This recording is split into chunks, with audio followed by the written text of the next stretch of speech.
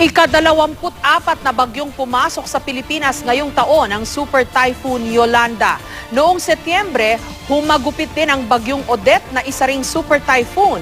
Paano nga ba nabubuo ang isang Super Typhoon? Alamin sa report ni Tina Panganiban Perez. Ang bagyong Yolanda ang pangalawa lang sa bagyong Odette sa mga tinaguriang Super Typhoon na pumasok sa bansa ngayong taon. Walang kategoryang Super Typhoon sa listahan ng Pag-asa.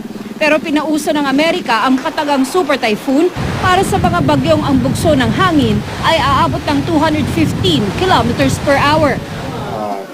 Ayon sa Pag-asa, pare-pareho lang ang kondisyon para mabuo ang bagyo. Mapa-tropical depression, tropical storm, typhoon o super typhoon man. Kailangan ang sea surface temperature o ang temperatura sa taas na bahagi ng dagat ay hindi bababa sa 27 degrees Celsius. Kailangan din ang ocean heat content o ang temperatura ng tubig hanggang sa lalim na 50 meters ay ganun din kainit sa sea surface temperature. Parang sea surface temperature yung ano niya, temperature niya hanggang sa 50 meters. So halukayin man ito ng bagyo, i-mix man niya, ganun pa rin yung temperatura. So napapanatili ng bagyo yung lakas niya.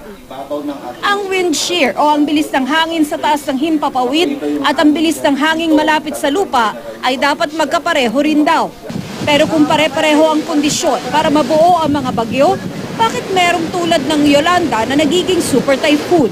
Ang difference yan, yung condition mismo. Sometimes hindi siya favorable, sometimes naman favorable.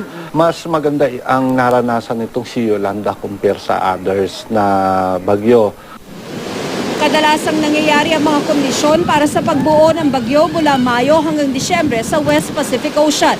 Hanggang 32 bagyo ang nabubuo kada taon. Pero ang average na aktual na pumapasok sa Philippine Area of Responsibility ay 19. Pero mula noong 2003, pinakamaraming bagyo ang nabuo ngayong taon. Ang forecast ng Joint Typhoon Warning Center o JTWC ng Amerika, 24 ang papasok sa PAR ngayong taon. Sa ngayon, nakaka-24 na bagyo na tayo. 2 nga sa mga ito, super typhoon. Dahil kaya ito sa climate change? Mayroon namang basihan na climate change ang maaaring rason sa pagbago ng klima at paglala ng ating panahon, ng weather. Pero hindi pa sapat yung nakalap na ebidensya ng mga scientific. Historically naman, nagkakaroon ng iba't ibang klase ng o kondisyon ng panahon.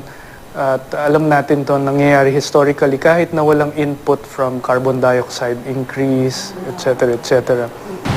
Base sa data ng Pag-asa, dumarami na ang mga bagyo kapag patapos na ang taon. Pero base sa data ng JTWC mula 2003 hanggang 2013, pinakamarami pa ring super typhoon kapag Setyembre. Nauna nang sinabi ng Pag-asang 5 pang bagyo ang inaasahang papasok sa PAR hanggang Disyembre. Pero mahirap daw sabihin kung magiging kasinlakas ng mga ito ang Super Typhoon Yolanda. Di bali sila lumakas kung gaganyan lang sila eh. Walang problema yun eh. Ang problema ngayon, malalakas na naglalandfall pa. Tina Panganiban Perez, GMA News.